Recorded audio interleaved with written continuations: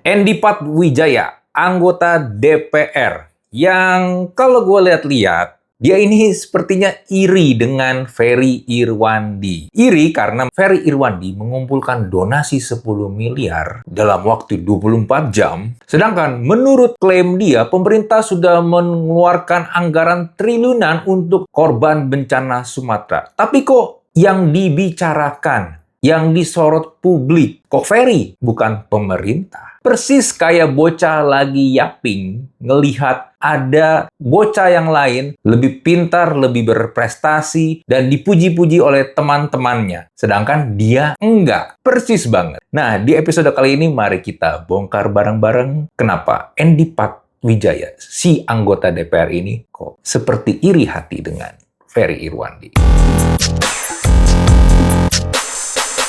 Apa yang dilakukan oleh Ferry ketika dia mengumpulkan 10 miliar donasi dalam waktu 24 jam dan akhirnya viral? Menurut gua, karena memang publik terutama melihat Ferry adalah sosok yang bisa dipercaya. Lu bayangin, dalam waktu 24 jam 10 miliar donasi.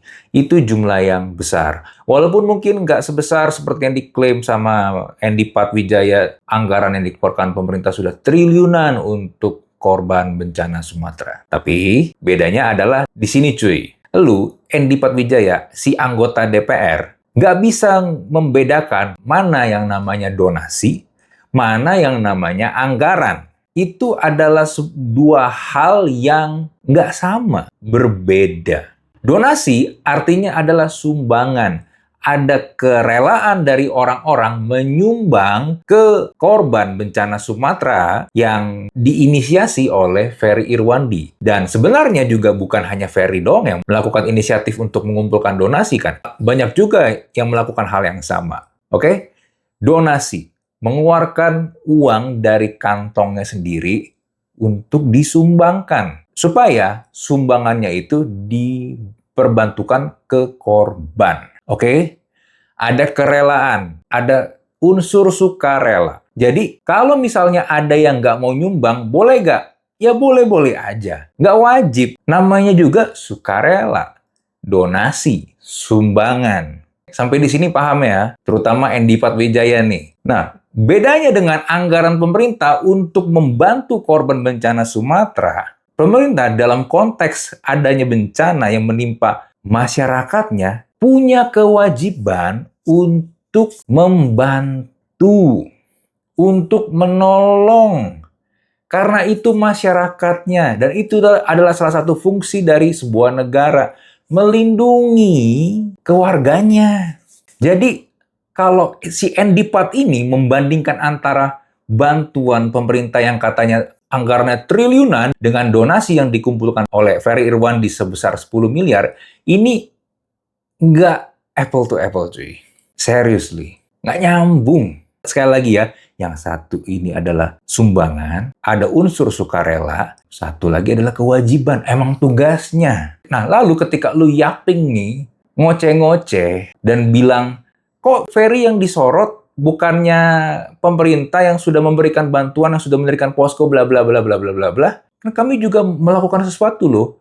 Iya, tapi permasalahannya adalah banyak masyarakat itu nggak percaya dengan apa yang disampaikan oleh pemerintah, apa yang pemerintah ngomong, informasi dan data-data yang pemerintah berikan. Sudah sampai di titik itu. Banyak masyarakat, kami nih masyarakat, nggak percaya. Bahkan ketika Anda nih, Endi Patwijaya, ngomong itu di DPR, itu kan konteksnya lagi rapat dengan Komdiji kan ya. Percis beneran deh, kayak bocah lagi, tuh, kok dia begini sih, kok kami enggak, terus kayak lagi ngelapor ke emaknya, ke bapaknya. Percis kayak gitu. Asli, kayak bocah. Tampang doang tua, umur tua, tapi kelakuan kayak bocah. Endi Patwijaya minta supaya Komdiji nih kan mengamplifikasi kinerja pemerintah. Sekali lagi, mau diamplifikasi seperti apapun, masyarakat nggak percaya. Masyarakat skeptis. Ini kayak lagi ada kebakaran di rumah tetangga. Ferry lagi bantuin orang yang lagi terjebak di rumah tersebut yang lagi kebakar buat ditolong keluar. Lalu tiba-tiba Anda nih, Andy Patwijaya, bilang, jangan lupa ya, pemerintah juga udah bantu loh untuk korban kebakaran ini. Dan nilai bantuan untuk korban kebakaran ini lebih besar. Ngomong kayak gitu pas lagi rumahnya sedang kebakar dan ada orang-orang di dalam rumah itu yang lagi kejebak api, butuh untuk diselamatkan saat itu juga. Nggak bisa ngelihat konteks kan, nggak bisa baca situasi kan. Lagi sedang apa ini, apa yang lagi dibutuhkan, apa yang urgent. Malah ngeributin perhatian publik. Publik yang nggak percaya. Contoh nih yang paling fresh. Bahlil ditanya sama Presiden Prabowo, Aceh, kapan listriknya nyala? Malam ini Pak, 93% listrik akan nyala. Lu cari videonya, ada. Tapi apa yang terjadi di malam itu? Masih gelap gulita.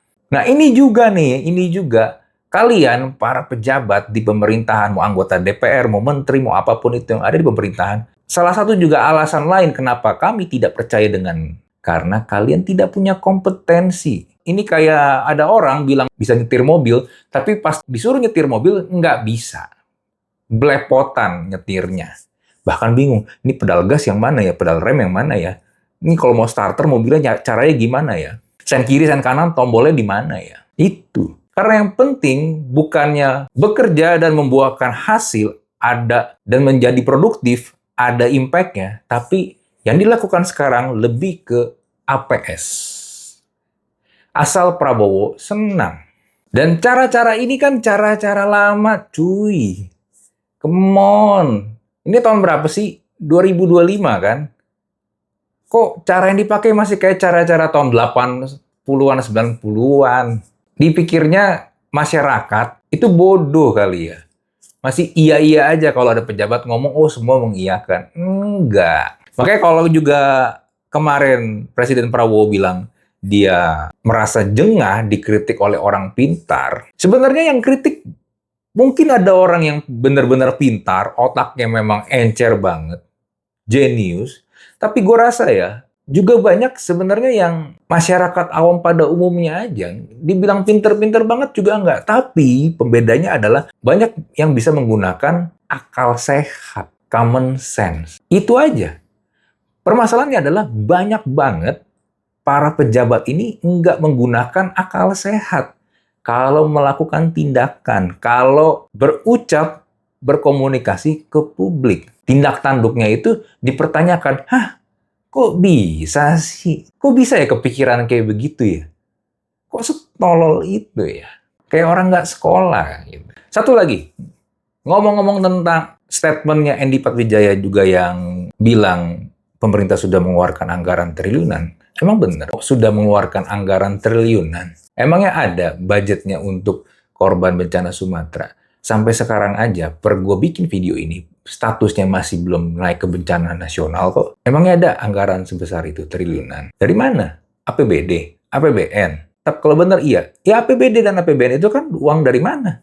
Uang masyarakat. Yang memang dipakai, salah satunya adalah untuk menolong korban bencana Sumatera ini. Yang gue ulangi sekali lagi, itu adalah kewajiban. Bukan lagi dalam bentuk donasi, sumbangan, terus berlomba-lomba, ingin mendapatkan atensi publik, terus iri kok pemerintah nggak disorot, kok pemerintah nggak yang dipandang, kok malah Ferry Irwandi yang dipandang. Sebagai penutup, menurut gue sebenarnya Indonesia sekarang ini nih, terutama untuk korban bencana Sumatera, daripada dibanding-bandingkan dan iri hati seperti yang dilakukan oleh Andy Patwijaya ini, sebenarnya kita butuh relawan yang gerak cepat dan negara yang juga hadir dan bekerja secara efektif dan efisien. Tapi sayangnya, negara di sini malah ngambek karena kalah viral. Oke, itu dari gua. Seperti biasa, kalau lu punya pertanyaan atau lu punya opini, silakan bisa langsung tulis di kolom komen. Kita jumpa lagi di Thinking Room episode berikutnya. Bye.